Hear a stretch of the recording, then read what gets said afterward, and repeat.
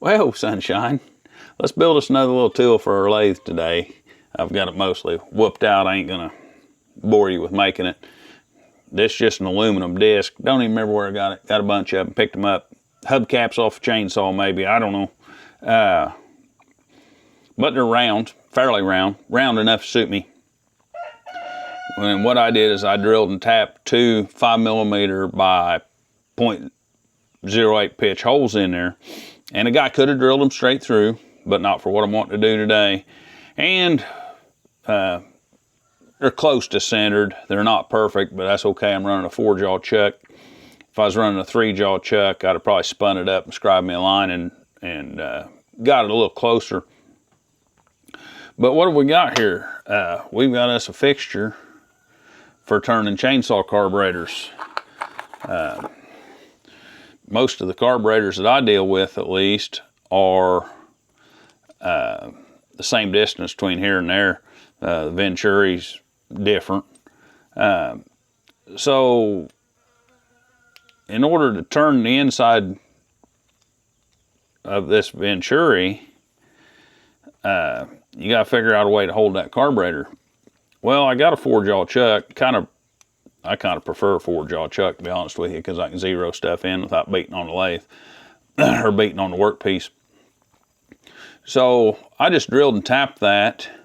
So, well, missed a gasket, and I'm running a gasket under here just so if I mash this down, I'm not messing up that surface any.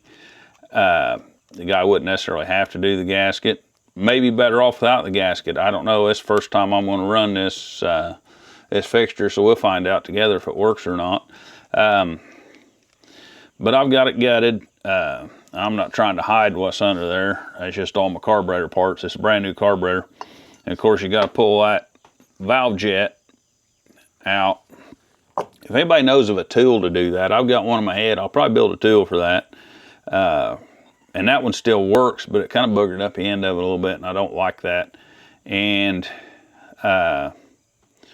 this is a knockoff wall burl, and I've got the wall burl kit with all those. I've got a bunch of brand new ones of those, but these Chinesian ones are different. Wall burl's like 0.210 OD on that, and these are like 0.194. But I digress. So what I've got is I can mount this carburetor on here now. I can chuck this up in my lathe with a 3-jaw chuck or a 4-jaw chuck if you get it close. And there's probably just enough slack in there. A guy can loosen that bolt and move that carburetor just a little bit and center that up if he needs to. What I'll do is I'll just snug this down good and I'll put it in a 4-jaw chuck and I'll center it on the 4-jaw chuck. But that holds that carburetor. It's just a little cheap, quick, dirty fixture that I can put carburetor to carburetor. And yeah, let's get in there on the mill or lathe. And I don't know, I just wanted to share this with you. Let's go see if it works. We never know. And I'll try not to bore you too much. Another thought, you could drill this all the way through, and if I didn't tap this, I could put a nut on the back side. And on a 4-jaw chuck, that'd be okay because neither one of those nuts would line up. They wouldn't impede me. I got room for a nut as long as the bolt doesn't hit the face. If I go to trying to hook that on the outside with a 3-jaw chuck, there's a better chance of that nut being in the way and not being able to clamp that because they're 180 degrees off each other. So I drilled and tapped that so that'll still fit up against there if I use it on a 3-jaw chuck. But if a guy drilled it all the way through and put a nut on the back side, just be cautious of how that might impact you later on. That's just a thought. We'll get her mounted up and get her zeroed. Yeah.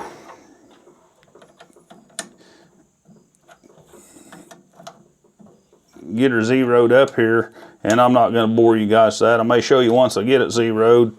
But I will just hook, yeah, this in here may be good. I'm going to hook an inside bore gauge on that. Either that one or, yeah, I may hook this in here on it. It's going to reach in there better. And you guys can't, and I know that old screen's been she's yellowed and hard to see. I can see it fine. I'll bring you guys back when I get it zeroed. Hopefully you can see that dial. It's probably got a shadow on it. But if you can see that needle right there, and there's a little, she's running pretty true. There's a little hiccup in there that knocks it just 0.02, but it's round all the way around. It's concentric. Now, if I can stay out of that deal, another thing you'll want to do is you'll want to run this cross slide back and forth and make sure your axis is parallel. If you only measure that in one place, it can, you can be centered here, but you could be out around here and out around here if this thing's skewed this way. So I kind of like running, making sure I'm at least tolerable, running in and out the distance of it to where it's falling off both sides, and it's hanging in there about 0.02 until I drop it off, of course. But my bore is centered and parallel. You can see it's catching a little deal there, but she's hanging right in there on 0.02, and we can go less and more. You can, yeah, because I guess if I really wanted to show you it was even, if I wanted to lie to you, I'd just run it down there to where it ain't touching. Ain't moving a bit, is it? But now we should be ready to bore that. Well, we're about to the point of no return here, I guess. We're going to run in there and try to touch off.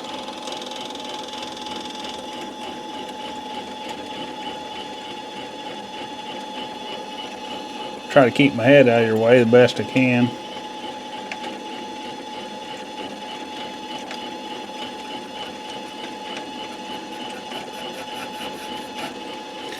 We're about touched there.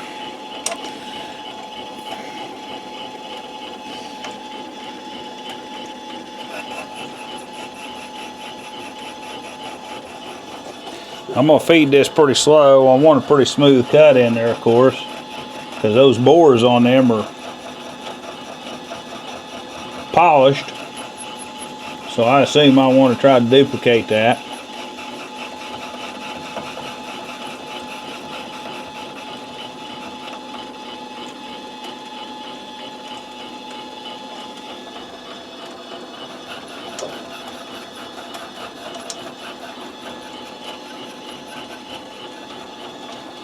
We're just barely touching her right now.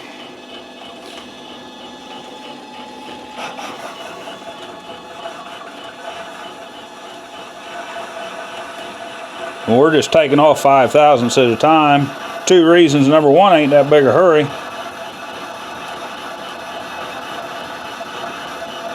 And I want to sneak up on it. And I don't want, I'm just held in there with 2 bolts on that spark plug. Just held in there with 2 plugs on that carburizer, and I don't want to skew that off center.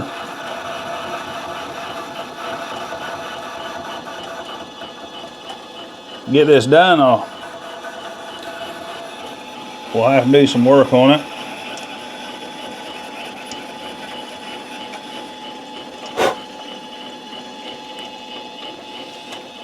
And we'll smooth that bore back up, and probably that leading edge going in there, because there's no fuel. There's no fuel in the air on that leading edge yet, so I'm not worried about that fuel coming out of suspension. I don't need a rough surface there, I don't think. I think a little bit smoother surface than the factory casting. While I'm messing with it, I guess is what I'm getting at. I just will smooth that up a little bit.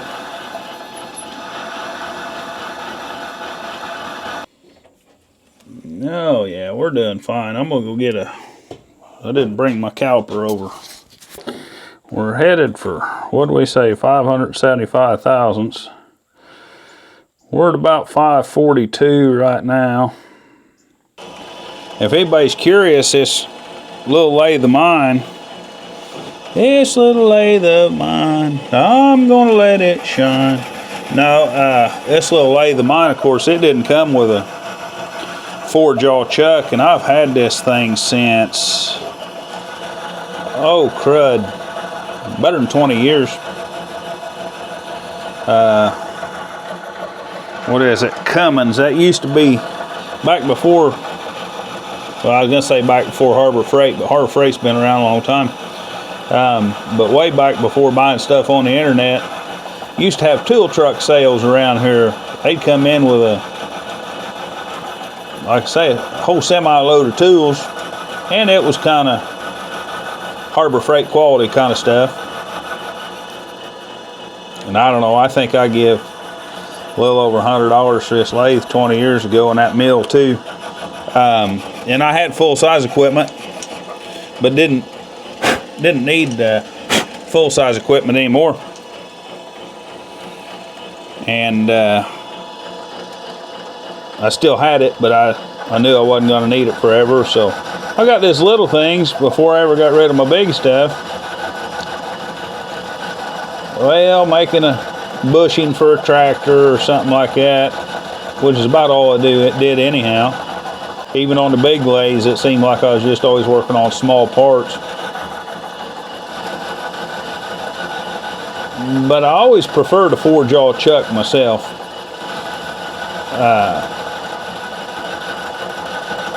You don't have to sit there and beat on your workpiece to try to get it centered up. You can.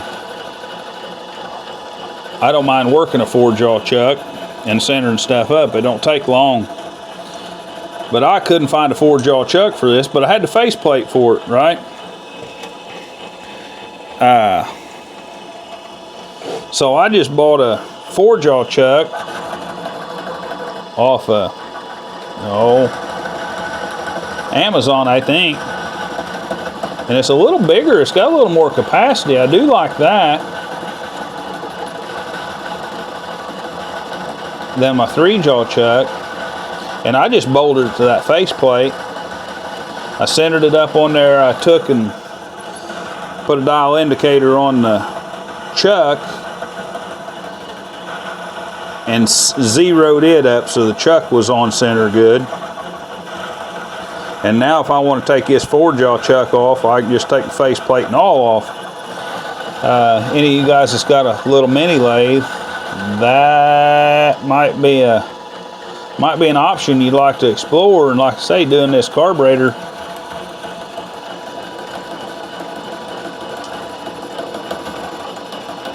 that seemed like a whole lot better deal, because I can zero that now. Where with a 3-jaw chuck, if I was to just clamp on that, even if I had that perfectly centered,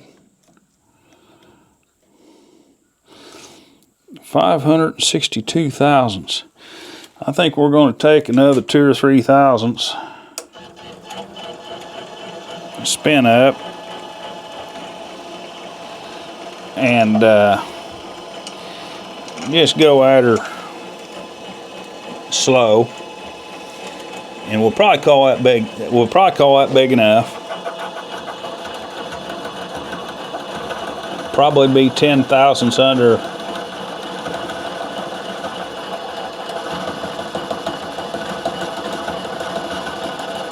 what I was necessarily going to be shooting at, or 5 or 8 thousandths.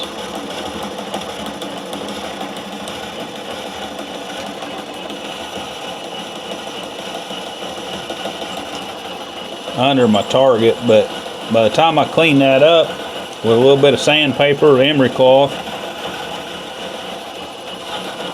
we'll probably be about where we want to be. And if we're a little bit short, that's fine. Like I say, I didn't want to go oversized. Well, we'll get out our homemade split mandrel, put some sandpaper on it. We'll pick some we like. We're going to see about honing that bore up. Now I make my own split mandrels too. This one says 4mm on it. Top taper, 6mm on this one here. And the reason they say the size is because they're not split mandrels. Well, they are, but they didn't start out that way. They started out with wood, not a metal twist drill, but a wood bit about so long. My wife found them. I don't know. We got some sort of Amazon store around here.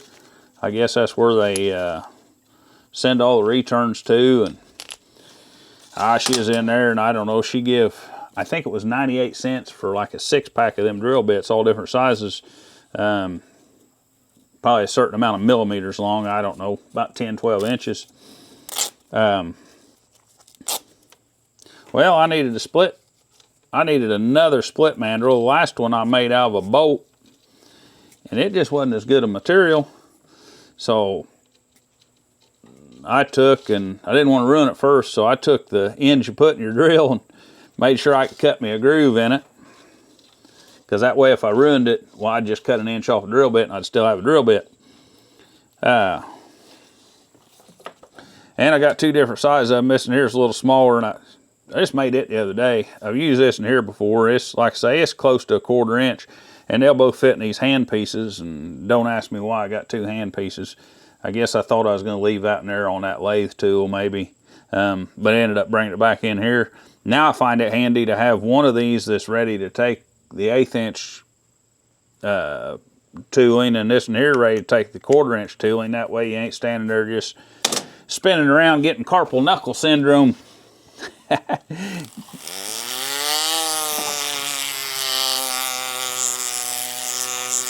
Sorry about that cord flipping in you guys' face, but that's part of it.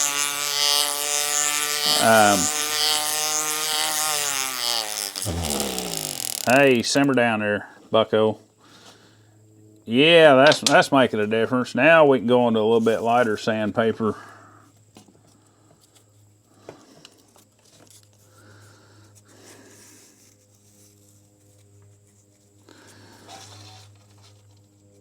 A lot of times I'll keep these strips of sandpaper. This here end's wore out. I'll just feed it in from the other end. That's good and fresh on the other side. Get it wore out, and you can just tear off whatever you need to tear off. I don't know, cheap. Like I say, sorry about that cord. That's just part of it. I need to figure out me a different way to hang that hanging grinder. It really ought to be behind me probably, or a little lower. I may put it on like a jib crane, or an arm that swings out here. It ain't gonna help. It ain't gonna help you guys for vid recording or nothing, but it'll help me to get it out of the way and not be so short. She's starting to smooth up in there, guys. That ain't too bad. We need us a little penetrating oil. Hey, there's another tip. You ever get that name brand of this, WD-40, they've about quit just having a regular squirt nozzle on there. And they got those. Now those will fit. I ain't making brands. That's what the local cheap store sells. But man, I like them fold down straws. If you buy you some WD-40, don't throw her away.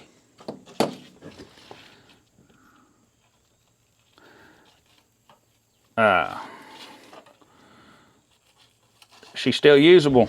Take that lid.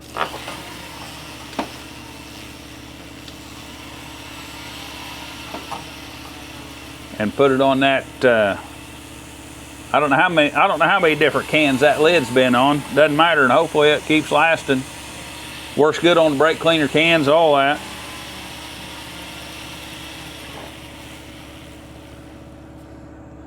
Boy, we're just getting all kinds of. You guys are finally going to learn about how cheap I am, ain't you? Oh, that ain't bad. It's dirty.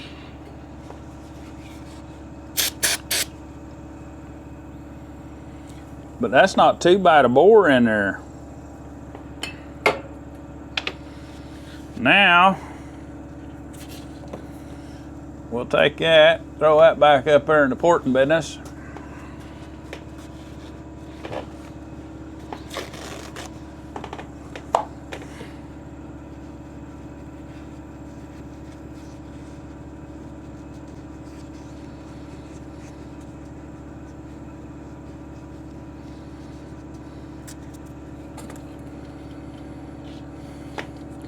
And put us a little piece of shop towel down there if it'll fit. I might got her too wide.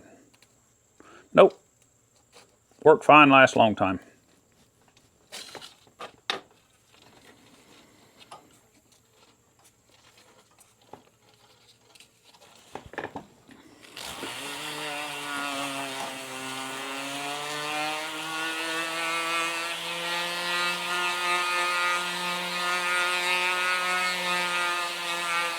And I like that 1/4 inch, especially for putting something on there like this paper towel. It's not real abrasive. I like that 1/4 inch there because I can put just a little bit more pressure around it without getting it all jabberwockied.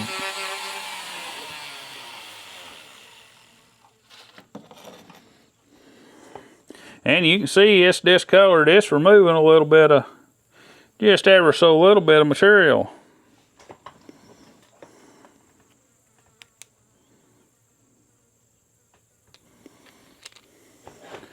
You can see it don't have too bad of, you can see it don't have too bad a bore in there. And she's a little bigger than she was. I think, I talked earlier about cleaning that up. I don't know that I'm going to now. About to talk myself out of it. I think we'll fire up pressure washer, or the crock pot, and dunk this baby in the vibratory for a while and put her back together. I kind of got sidetracked. I'll show this video hopefully in the right order, but I got that 026 apart, and so yeah, you'll have probably already seen it. Trying to get this ready for whenever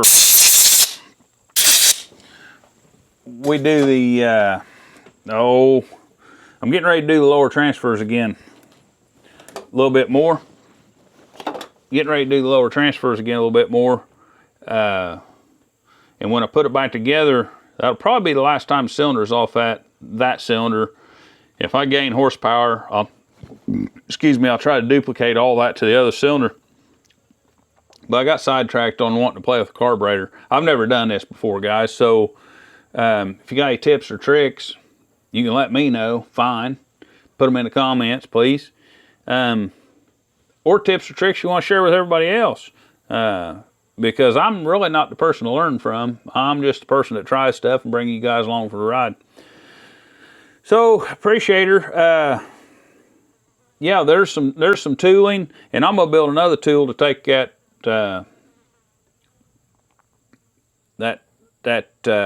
what's that brass thing called? It's like a check valve, and it is a check valve.